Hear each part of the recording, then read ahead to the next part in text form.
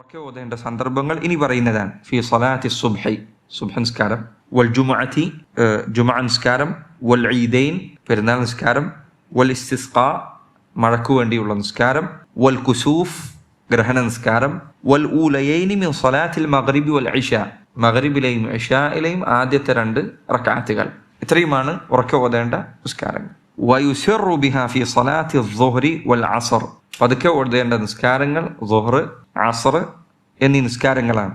വഫി സാലിസത്തി മിൻ സ്വലാത്തിൽ മഗ്രിബ്, മഗ്രിബ് നിസ്കാരത്തിലെ 3ാമത്തെ റക്അത്തിൽ പതുക്കെ ഓതണം. വൽ ഉഖറയൈനി മിൻ സ്വലാത്തിൽ ഇശാ, ഇശായിലെ അവസാനത്തെ 2 റക്അത്തുകളിൽ പതുക്കെ ഓതണം. പതുക്കെ ഓതുന്ന നിസ്കാരങ്ങളിൽ ചില സന്ദർഭങ്ങളിൽ 1 ആയത്തോ 2 ആയത്തോ, ചിലപ്പോൾ ചില സന്ദർഭങ്ങളിൽ പതുക്കെ ഓതുന്ന സന്ദർഭങ്ങളിൽ മഅമൂമീങ്ങളെ കേൾപ്പിക്കുക എന്നത് ഇമാമിന് അനുവദനീയമാണ്. അതല്ലെങ്കിൽ നബി സ്വല്ലല്ലാഹു അലൈഹി വസല്ലം സുന്നത്തിൽപ്പെട്ടതാണ്. അവിടുന്ന് ചിലപ്പോൾ പതുക്കെ ഓതുന്ന നിസ്കാരങ്ങളിൽ 1 ആയത്തോ അതല്ലെങ്കിൽ ചില ഭാഗമോ അവിടുന്ന് ഉറക്കെ ഓതി പിറകിലുള്ളവരെ കേൾപ്പിക്കുമായിരുന്നു.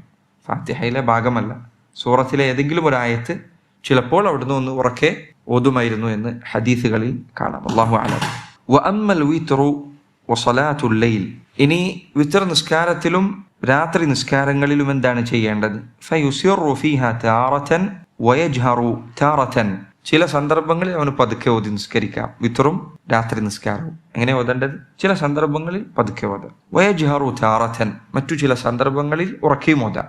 ഓരോ സന്ദർഭത്തിന് യോജിക്കുന്ന രൂപത്തിൽ വേണമെങ്കിൽ എനിക്ക് പറയാം, നീ മസ്ജിദിൽ നിസ്കരിക്കാൻ വരാൻ, രാത്രി നിസ്കരിക്കാൻ, നീ ഒരു വശത്ത് ഒതുങ്ങി നിന്ന് നിസ്കരിക്കുകയാണ് എങ്കിൽ നല്ലത് പതുക്കെ ഓതലാണ്. അങ്ങനെ ചിലപ്പോൾ വേറെ ആളുകൾ കിടന്നുറങ്ങുന്നുണ്ട് എങ്കിൽ അവരെ ബുദ്ധിമുട്ടിക്കാതിരിക്കാൻ.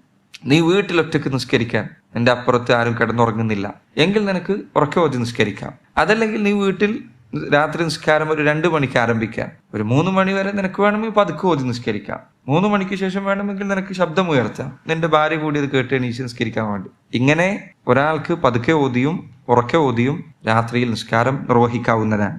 വയതവസ്സതു ഫീ റഫ്ഇ സൗത്ത്, ശബ്ദം ഉയർത്തുമ്പോൾ ഒരു പരിധിക്കപ്പുറം മിതമായ ശബ്ദമല്ലാതെ നിസ്കാരത്തിൽ ശബ്ദമുയർത്തി ഓതാൻ അനുവാദമല്ല. ഇവിടെ 2 കാര്യം ശ്രദ്ധിക്കണം. ഒന്ന്, രാത്രി നിസ്കാരങ്ങളിൽ പതുക്കെയും ഉറക്കെയും ഓതാമെന്ന് പറഞ്ഞു. ആയിഷ റളിയല്ലാഹു അൻഹയുടെ ഹദീസിൽ അത് വ്യക്തമായി വന്നിട്ടുണ്ട്.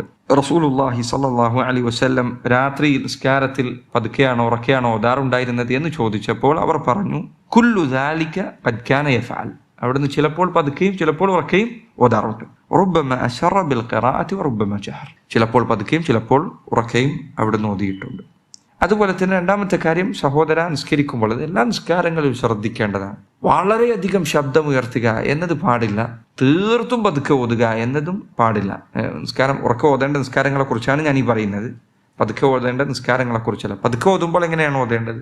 നിനക്ക് മാത്രം കേൾക്കാവുന്ന ശബ്ദത്തിൽ നിനക്ക് ഓതാം. പതുക്കെ ഓതുന്ന നിസ്കാരങ്ങളിൽ ഒരാൾ അഊദു ബില്ലാഹി മിനശ് ശൈത്വാനിർ റജീം അവന് കേൾക്കാവുന്ന, അവന്റെ സ്വന്തത്തിന് ബോധ്യപ്പെടാവുന്ന രൂപത്തിൽ അവൻ ഓതാം. അവന് കേൾക്കാവുന്ന രൂപത്തിൽ ഓതാൻ. കഴിഞ്ഞ ദർസിൽ പറഞ്ഞതുപോലെ ചില ആളുകൾ ചുണ്ട് അനക്കാതെ നിസ്കാരത്തിൽ നിൽക്കുക എന്നത് പാടില്ലാത്ത കാര്യമാണ്. ചില ആളുകൾ പറഞ്ഞു, പണ്ഡിതന്മാർ ചില പറഞ്ഞു, നിസ്കാരം തന്നെ ശരിയാവുകയില്ല. അല്ല, ചുണ്ട് ഇങ്ങനെ അനക്കാതെ ഇങ്ങനെ പിടിച്ചുകൊണ്ട് നിസ്കരിച്ചാൽ നിസ്കാരം ശരിയാവില്ല, ചുണ്ടനക്കണം. റസൂലുള്ളാഹി സ്വല്ലല്ലാഹു അലൈഹി വസല്ലം നിസ്കാരത്തിൽ അവിടുത്തെ ശബ്ദം എങ്ങനെയായിരുന്നു?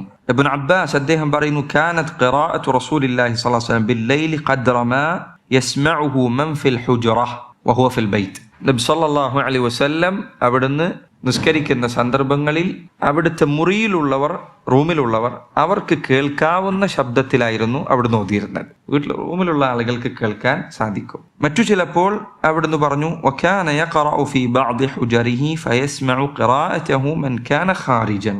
ചിലപ്പോൾ നബി സല്ലല്ലാഹു അലൈഹി വസല്ലം അവിടുന്ന് തന്റെ പത്നിമാരുടെ ഹുജറത്തുകളിൽ, മുറികളിൽ ഏതെങ്കിലും ഒന്നിൽ നിസ്കരിക്കുമ്പോൾ ആ ഹുജറത്തിന് പുറത്തുള്ള, അവരുടെ വീടിന് പുറത്തുള്ളവർക്ക് അത് ചിലപ്പോൾ കേൾക്കാൻ സാധിക്കുമായിരുന്നു എന്ന് ചില ഹദീസുകളിൽ വന്നിട്ടുണ്ട്. അപ്പോൾ ഈ ഒരു ശബ്ദമാണ് ഉണ്ടാകേണ്ടത്. ഒരു റൂമിൽ നിൽക്കുകയാണെങ്കിൽ ആ റൂമിലുള്ള ആളുകൾക്ക് കേൾക്കാവുന്ന, അതല്ലെങ്കിലും അതിൽ പുറത്തു നിൽക്കുന്ന ആളുകൾക്ക് കേൾക്കാവുന്ന ശബ്ദമാണ് നിസ്കാരത്തിൽ ഉണ്ടാകേണ്ടത്. ഒരിക്കൽ അള്ളാഹുവിന്റെ റസൂൽ സ്വല്ലല്ലാഹു അലൈഹി വസല്ലം രാത്രിയിൽ വീട്ടിൽ നിന്ന് പുറത്തിറങ്ങി അബൂബക്കർ സിദ്ദീഖ് റളിയല്ലാഹു അൻഹുവിന്റെ വീട്ടിനരികിലൂടെ പോയപ്പോൾ അദ്ദേഹം കൊണ്ട് പതുക്കെ ഓതിക്കൊണ്ടാണ് നിസ്കരിക്കുന്നത്, വളരെ പതുക്കെയാണ്. ഉമർ ഇബ്നുൽ ഖത്താബിന്റെ വീട്ടിനരികിലെത്തിയപ്പോൾ അദ്ദേഹം വളരെ ശബ്ദത്തിലാണ് ഓതുന്നത്. റസൂലുള്ളാഹി സ്വല്ലല്ലാഹു അലൈഹി വസല്ലം ഇവരെ രണ്ടുപേരെയും പിന്നീട് കണ്ടപ്പോൾ അവിടുന്ന് പറഞ്ഞു, യാ അബാ ബക്രിൻ മറർതു ബിക വഅൻത തുസല്ലി തഖ്ഫിളു സൗതക്. അബൂബക്കർ, നിന്റെ വീട്ടിനരികിലൂടെ ഞാൻ പോയപ്പോൾ ശബ്ദം വളരെ താഴ്ത്തിക്കൊണ്ടാണ് ഓതുന്നത് കേട്ടത്. അപ്പോൾ അദ്ദേഹം പറഞ്ഞു, ഖദ് അസ്മഅതു മൻ നാജൈതു യാ റസൂലല്ലാഹ്. ഞാൻ ആരുമായാണോ രഹസ്യ സംഭാഷണത്തിൽ ഏർപ്പെട്ടിരിക്കുന്നത് അവന് മാത്രം കേൾക്കുന്നതിനു വേണ്ടിയാണ് ശബ്ദം താഴ്ത്തിയത്. ആരായിട്ടാണ്? അള്ളാഹുമായിട്ട്. അള്ളാഹു മാത്രം കേൾക്കുന്നതിന് വേണ്ടിയാണ് ശബ്ദം താഴ്ത്തിയത്. ഉമർ ഇബ്നുൽ ഖത്താബ് റളിയല്ലാഹു അൻഹു അദ്ദേഹത്തോട് ഇതേപോലെ നബി സല്ലല്ലാഹു അലൈഹി വസല്ലം ചോദിച്ചു. ഉമർ ഇബ്നുൽ ഖത്താബ് അദ്ദേഹം പറഞ്ഞു, യാ റസൂലല്ലാഹ് ഊഖിദുൽ വസ്നാൻ വഅത്റുദു ശൈത്താൻ. അള്ളാഹുവിന്റെ റസൂലെ, ഞാൻ ശബ്ദമുയർത്തിയത് ഉറങ്ങുന്നവരെ എഴുന്നേൽക്കാൻ വേണ്ടിയാണ്, നിസ്കരിക്കാൻ വേണ്ടി. അതുപോലെ തന്നെ പിശാചിനെ അകറ്റാൻ വേണ്ടിയാണ്. ഖുർആൻ കേട്ട് കഴിഞ്ഞാൽ അവന് അതിൻ്റെ അടുത്തേക്ക് വരില്ല. നോക്കൂ നിങ്ങൾ, ഇതിൽ പഠിക്കേണ്ട മനോഹരമായ ഒരു പാഠം, ഒരാളുടെയും ഇബാദത്തുകൾ അതിൻ്റെ രൂപങ്ങളിൽ എന്തെങ്കിലും നമുക്ക് തിരുത്തേണ്ട ഒരു കാര്യം വരുമ്പോൾ ഉടനടി അവൻ്റെ നീയത്തിനെ ചോദ്യം ചെയ്യരുത്. ചില ആളുകൾ ചിലപ്പോൾ ഒരാള് കാണിക്കാൻ വേണ്ടിയാണ് എന്ന് പറയും. മറ്റു ചിലർ പറയും, ഇവന് സുന്നത്തൊന്നും അറിയില്ല എന്ന് പറയും. രണ്ടും പറയരുത്. എന്നോട് ചോദിക്കുക, നബി സല്ലല്ലാഹു അലൈഹി വസല്ലം ചെയ്തതുപോലെ ചോദിക്കുക. നോക്കൂ നിങ്ങൾ, രണ്ടുപേർക്കും അവരുടേതായ ന്യായങ്ങൾ ഉണ്ടായിരുന്നു. റസൂലുള്ളാഹി സ്വല്ലല്ലാഹു അലൈഹി വസല്ലം അവിടുന്ന് പറഞ്ഞു, യാ അബാ ബക്രിൻ ഇർഫഅ മിൻ സൗതിക ഷൈഅൻ. അബൂബക്കർ, നിന്റെ ശബ്ദം കുറച്ചൊന്ന് ഉയർത്തുക. യാ ഉമർ ഇഖ്ഫിദ് മിൻ സൗതിക ഷൈഅൻ. ഉമർ, നിന്റെ ശബ്ദം കുറച്ച് താഴ്ത്തുക. നബി സല്ലല്ലാഹു അലൈഹി വസല്ലം മധ്യമമായ ശബ്ദം സ്വീകരിക്കാനാണ് പറഞ്ഞത്. ഇത് തന്നെയാണ് പ്രാർത്ഥനയുടെ കാര്യത്തിലും വേണ്ടത്. ദുആകളിൽ അട്ടഹസിക്കരുത്, എന്നാൽ തീർത്തും പതുക്കെയുമാകരുത്. അള്ളാഹു ഖുർആനിൽ പറഞ്ഞതുപോലെ